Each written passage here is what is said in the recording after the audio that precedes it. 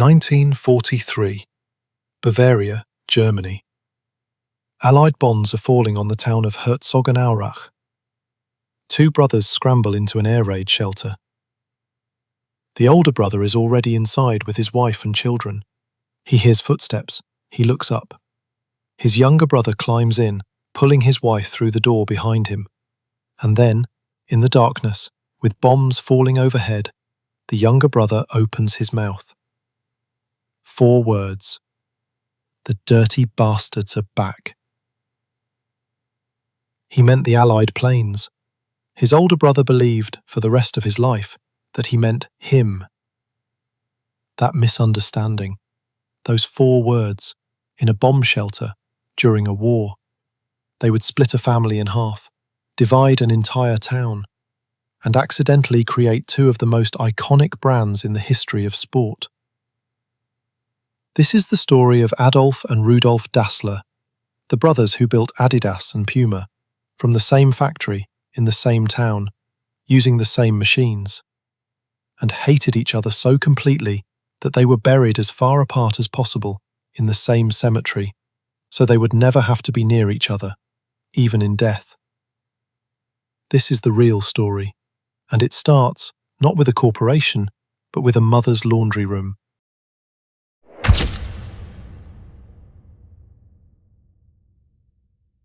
Herzogenaurach, Bavaria, Germany, a sleepy town, a river running through the middle, one main industry, shoes. Adolf Dassler, everyone called him Addy, was born in 1900. His older brother Rudolf, always Rudy, was born in 1898. Their father was a cobbler, their mother ran a laundry. They grew up with the smell of leather and the sound of sewing machines. Addy was the dreamer, the tinkerer. He would take apart shoes and rebuild them just to see if he could make them better. He was obsessed with athletes, with speed, with performance, with building the perfect shoe. Rudy was different.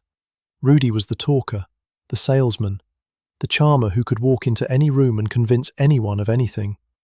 Together, they were formidable. In 1924, they made it official. They started the DasslerBrothers sports shoe factory in their mother's laundry room. No investment, no business plan, just leather, thread, and 2 brothers with an idea.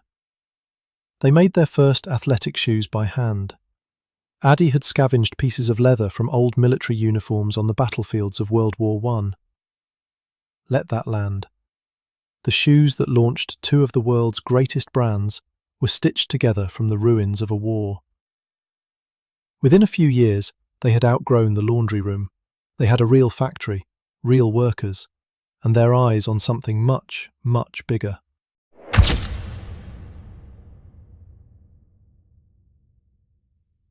(1936) Berlin, Germany. Adolf Hitler's Olympics, the Nazi showcase, the event designed to prove Aryan superiority to the entire world. And there was a man standing on the starting line who was about to humiliate that idea completely. Jesse Owens, a black American athlete from Alabama, the fastest human being alive. Addy Dassler did something that nobody else thought to do. He snuck into the Olympic Village, found Jesse Owens, opened a suitcase full of handmade running spikes, and he convinced Jesse Owens, the man Hitler wanted the world to ignore, to run in Dassler shoes. Jesse Owens won 4 gold medals. 4. In front of Adolf Hitler, in Hitler's own stadium, in Dassler shoes. The cameras captured everything. The whole world saw it. Overnight, the Dassler brothers' shoe factory was famous. Orders flooded in. Sales exploded to 200,000 pairs a year. 2 brothers in a laundry room had taken on the world. And for a moment, a brief, beautiful moment, everything was perfect. But the world was about to fall apart.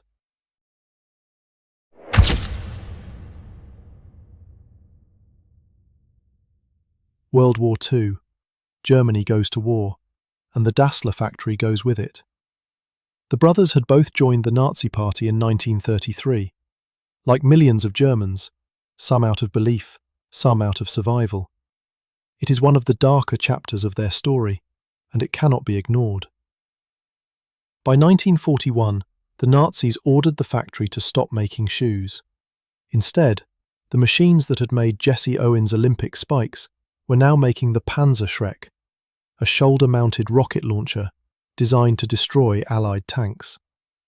The dream had become a weapon, and inside the factory, and inside the family home where all four of them lived together, both brothers and both wives, the tension had become unbearable.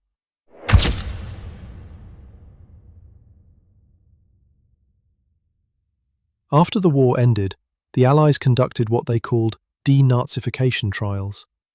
Every German had to answer for what they had done during the war. Here is where the story gets truly dark. Rudi and Adi, brothers, business partners, men who had built an empire together with their bare hands, testified against each other. Rudi accused Adi of being the one who had arranged for him to be drafted into the military, of deliberately trying to remove him from the factory, of working against his own brother. Adi testified that Rudi had been a committed Nazi supporter, that his brother had tried to use Nazi party connections to seize control of the factory for himself. There were letters, there were accusations, there were years of small betrayals, business disputes, and personal slights, all erupting at once. Rudi was arrested by the Americans and briefly imprisoned as a suspected Nazi sympathizer. Adi avoided prison, partly because he had secretly warned the local mayor about a Gestapo raid, saving the man's life, and partly because the Americans remembered that he had put shoes on Jesse Owens' feet. When Rudi was finally released in 1948, he came home to Herzogenaurach, and the brothers stood in the same town, for the last time, as partners. What happened next? Nobody planned. Nobody designed. But nobody stopped it either.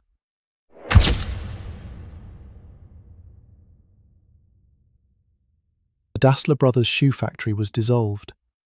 Not with a handshake, not with lawyers, but with the cold, quiet fury of two men who had decided they would rather destroy what they built together than share it. They divided the assets, the machines, the inventory, the workers. The workers were told to choose a side, not a company, a side, as if they were choosing between nations. Most chose Adi. 2/3 of the workforce walked to his factory near the train station. Rudi took the smaller factory on the other side of town, on the other side of a small river called the Aurach. That river, barely a stream by most standards, became the most significant geographical line in business history. North of the river, Adi. South of the river, Rudi. And never, never would the two sides mix.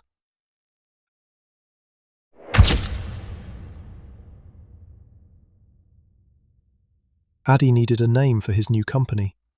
He took his nickname, Adi, and the first 3 letters of his last name, Dassler. He put them together. Adidas. Simple, personal, permanent. Rudi tried to do the same. He called his company Ruda, short for Rudolf Dassler. He hated it immediately. He changed it. He called it Puma. Fast, predatory, the animal that catches what it hunts. 2 names, born from the same family, separated by the same river, pointed at each other like loaded weapons. The war of the Dasslers had officially begun.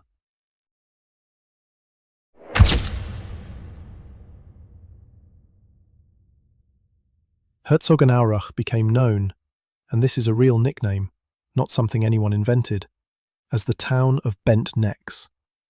Because every single person in the town, when they met someone new, looked down at their shoes first, before saying hello, before shaking hands, before doing anything. They checked the shoes. Adidas shoes, 3 stripes, you were one tribe.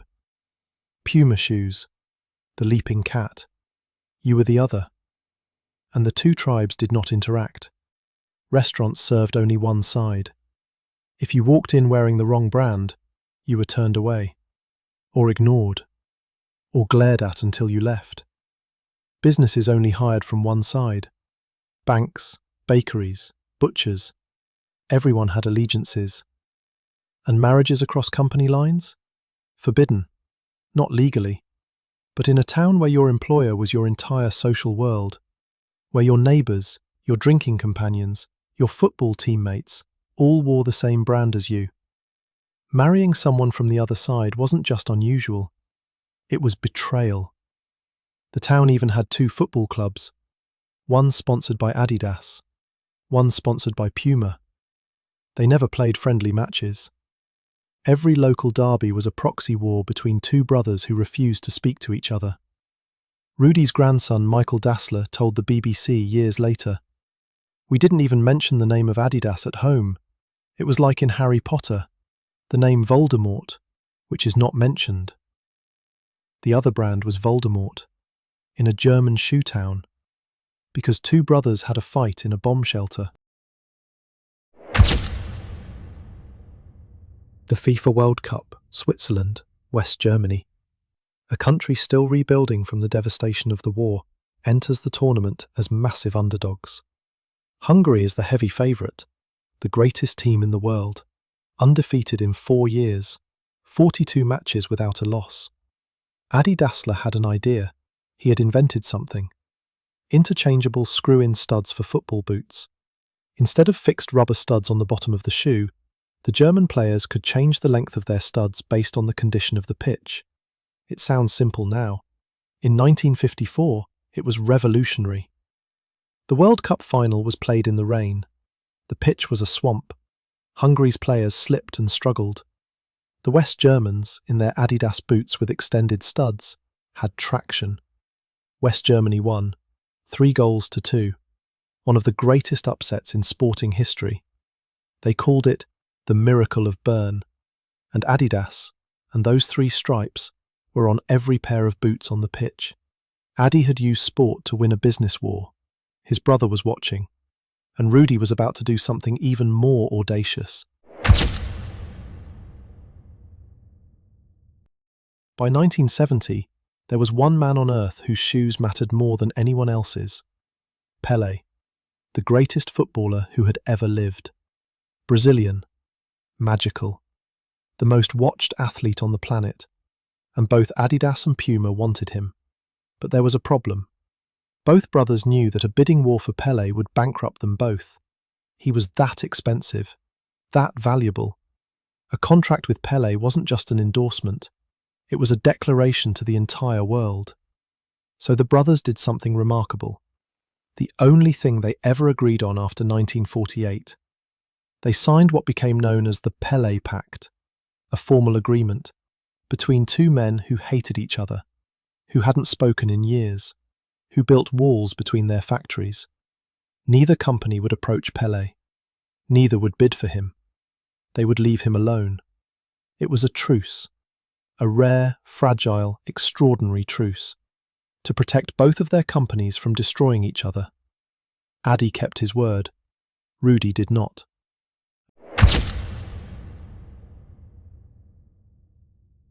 Puma representative named Hans Henningsen reached out to Pele in secret.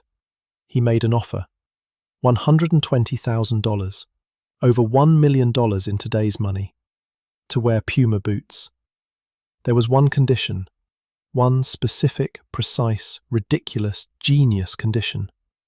Before the start of Brazil's quarter-final match against Peru, Pele had to walk to the centre circle, ask the referee for a moment, and kneel down to tie his shoelaces.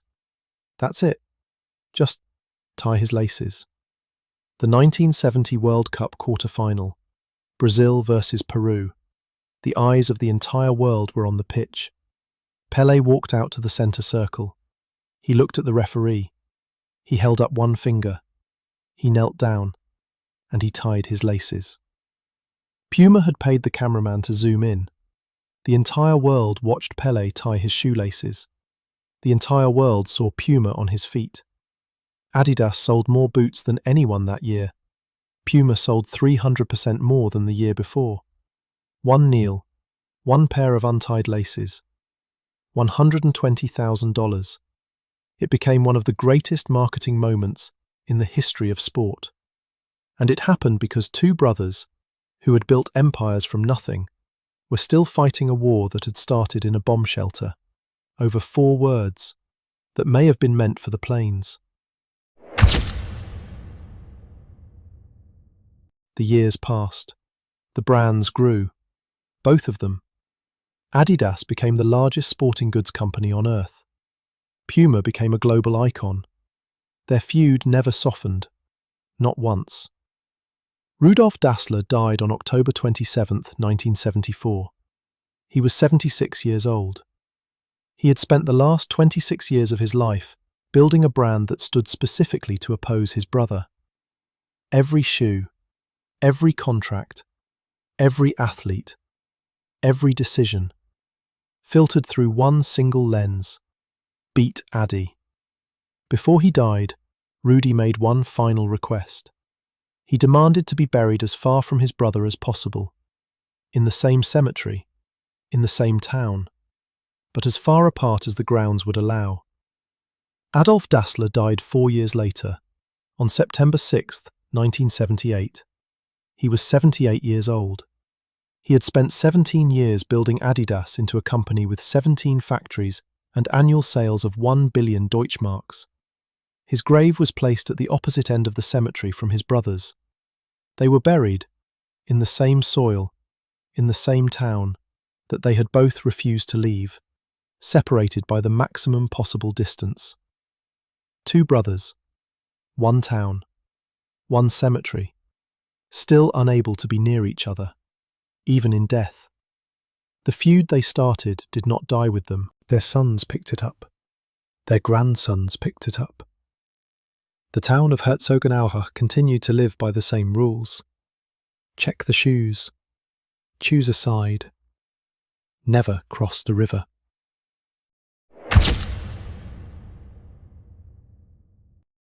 "61 years after the split. 61 years after the river became a war. 61 years after a town chose sides over shoe brands.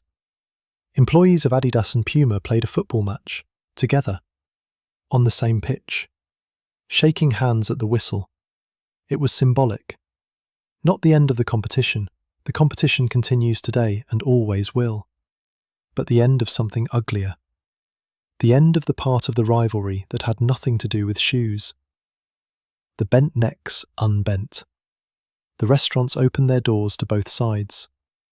The marriages that had once been forbidden became unremarkable. Herzogenaurach, the town that 2 brothers had weaponized, became a town again.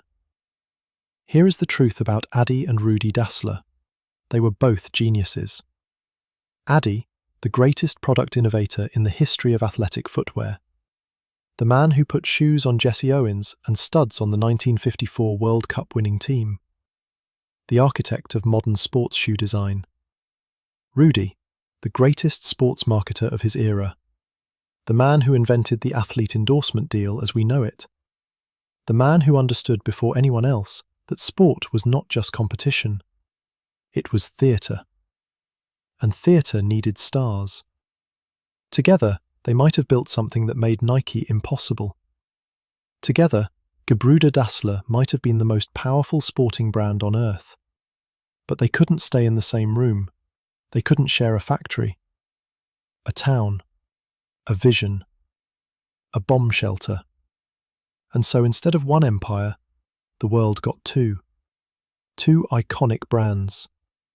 Born from the same hands, the same machines, the same laundry room, the same dream. Separated by 4 words, and a bomb, and a war, and a river, and 26 years of silence. Adidas. Puma. 2 of the most recognized logos on earth. Both of them, the wreckage of a family. Both of them, the greatest accident in business history.